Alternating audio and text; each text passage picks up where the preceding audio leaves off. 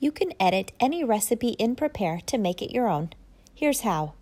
From the Recipe Detail screen, tap the three-dot menu in the top right corner, then tap Edit Recipe. Tap any ingredient or direction to type in your changes. Tap Move Delete beside the directions header to rearrange the steps in the recipe, like this. When you're finished, tap Save in the top right corner of your screen.